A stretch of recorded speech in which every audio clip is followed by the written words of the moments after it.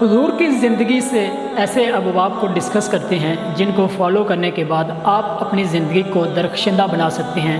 آئیے علم کی دنیا کے ساتھ حضور کی باتیں کریں۔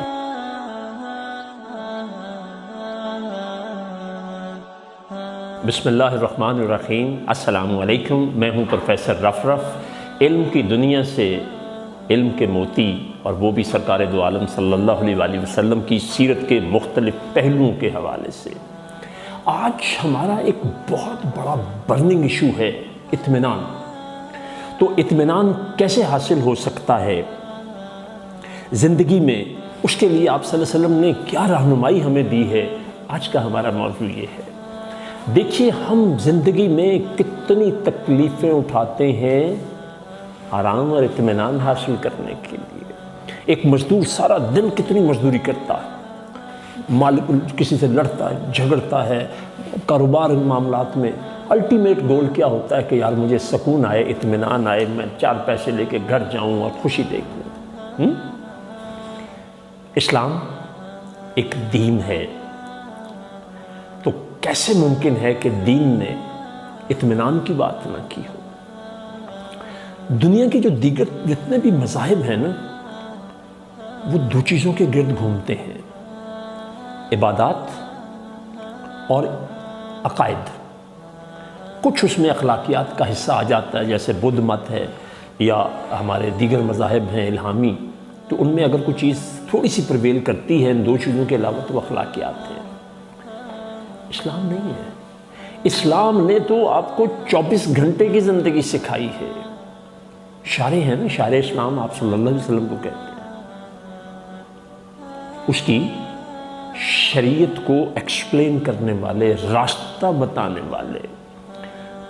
اس کے لیے سورہ رعد کی ایک آیت ہے، الا بذکر اللہ تطمئن القلوب، ہم سب یہ آیت پڑھتے ہیں۔ تو دلوں کا اطمینان جو ہے وہ یقیناً یاد رکھو صرف اللہ کے ذکر میں ہے۔ ہم کیا کرتے ہیں؟ سبحان اللہ، الحمدللہ، یا حیو یا قیوم، اور جتنے بھی ہمارے بزرگوں نے، اساتذہ نے، علماء نے اذکار بتائے ہیں وہ ہم صبح شام کرتے ہیں، اس کی تسبیحیں کرتے ہیں۔ بالکل ٹھیک ہے، بالکل ٹھیک ہے، لیکن آج ایک نئی بات سنیے۔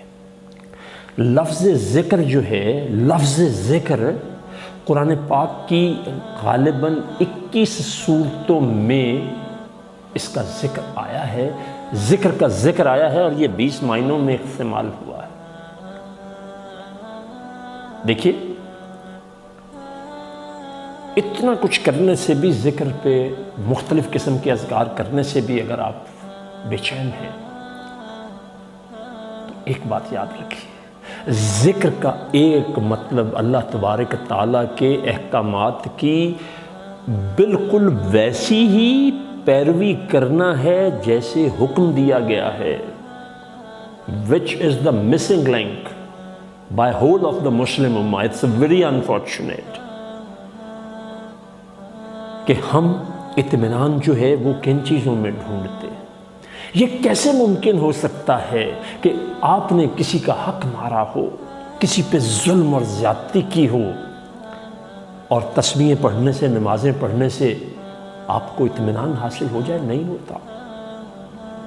کسی دن وقت ہوا تو میں آپ کو توبہ کا قرآنی تصور، سنت رسول میں کیا تصور ہے، اور آج کی جدید سائنسز، چونکہ میرا سائیکالوجی، پیرا سائیکالوجی، پیرانارمل سائنسز میں میں باقاعدہ تعلیم یافتہ ہوں، فاؤنٹن ہاؤس جیسے بڑے ادارے کا ڈائریکٹر ہوں، اور آج مسلم سائیکالوجی کانفرنس جو ہو رہی ہے اس میں مجھے ریکویسٹ کی گئی، میں نے وہ قبول کی کہ میں اس کو جوائن کروں۔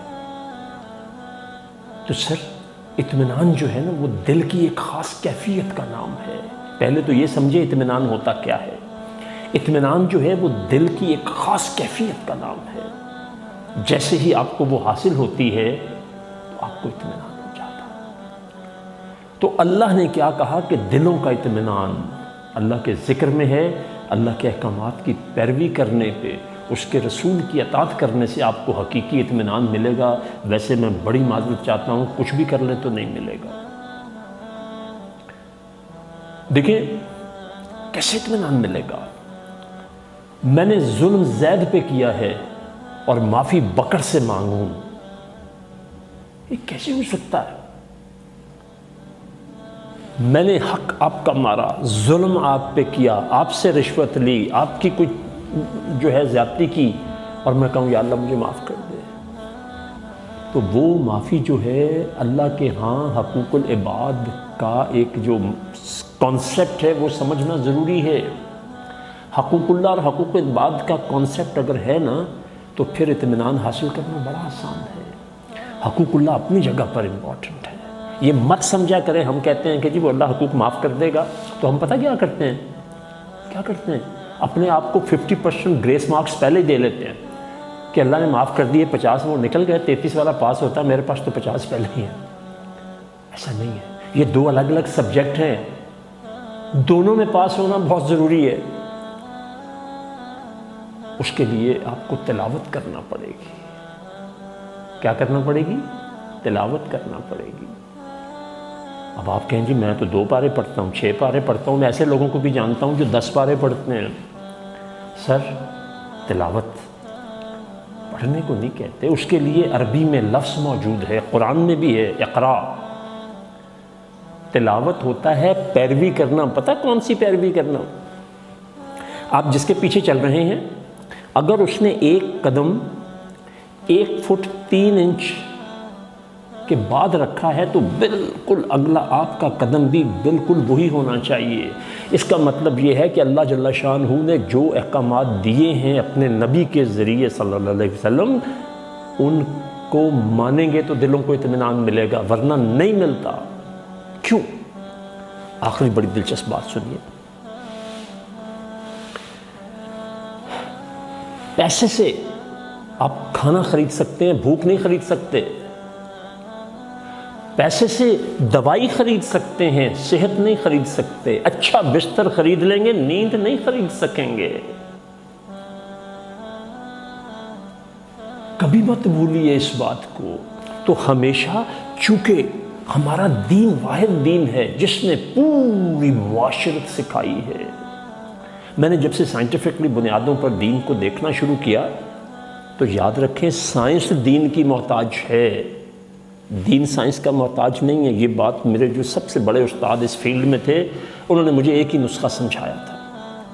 انہوں نے کہا تھا کہ ایک بات یاد رکھنا، قرآن از دا سپریم سائنس۔ سپریم جیسے سپریم کورٹ ہوتی ہے نا، اس کے بعد پھر کہیں اپیل نہیں ہوتی۔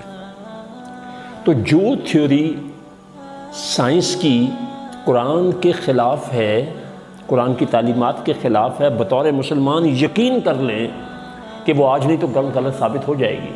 اور ایسا ہوا ہے، انسان بندر سے جانور بنا جو ڈارون کی تھیوری تھی، کسی زمانے میں بہت تھی، آج ختم ہو گئی نا، ثابت ہوا ایسا نہیں ہے۔ اور سورج اسٹیشنری ہے، سورج گھومتا ہے، زمین نہیں گھومتی ہے، یہ ساری چیزیں دین نے سکھا دی۔ تو اس لیے یاد رکھیں کہ اگر اطمینان حاصل کرنا ہے تو پھر اللہ کا ذکر سے یہاں جو آپ نے مراد لینی ہے وہ یہ ہے کہ احکامات الہی کی پابندی اسی طرح سے کرنی ہے جیسے حکم دیا گیا۔ اس کے لیے جو ایک بہت زیادہ بنیادی چیز ہے وہ سب سے پہلے نیت اور ارادہ ہے۔ آج آپ نیت اور ارادہ کریں کہ میں نے جس کا حق مارا ہے وہ دوں گا، جس سے زیادتی کی ہے اس سے معافی مانگوں گا۔ میں آپ کو نفسیات کی ایک عجیب و غریب چیز کمال کی بتاؤں۔ یہ جو کہتے ہیں نا کہ man gets and forgets, God gives and forgives, بڑی کمال کی بات ہے۔ ہم جب کسی کو معاف نہیں کرتے، اس کو فائدہ ہوتا ہے یا نقصان ہوتا ہے وہ بھول جائیں سر، آپ کو بڑا شدید نقصان ہوتا ہے۔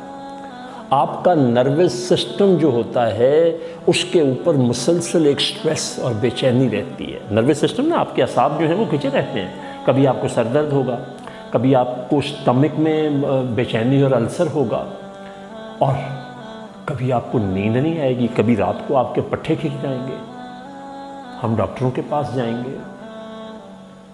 یہ میں کوئی رسمی بات نہیں کر رہا، میں آپ سے سائنٹیفک بات کر رہا ہوں۔ اس لیے ہمارے لیے خیر جو ہے وہ دین کو ماننے میں ہے۔ اس میں بھی اللہ نے ایک بڑا آسان سا نسخہ دے دیا۔ تو آخری جملہ قرآن کی زبان میں سنیے کہ اطمینان کیسے ہوگا۔ اس کے لیے اللہ نے نسخہ بتا دیا ہے کہ اللہ کا رسول تمہیں جو دے وہ لے لو، اور جس سے منع کرے وہاں رک جاؤ۔ بڑی خوبصورت اور آسان زندگی ہو جائے گی۔ بہت شکریہ۔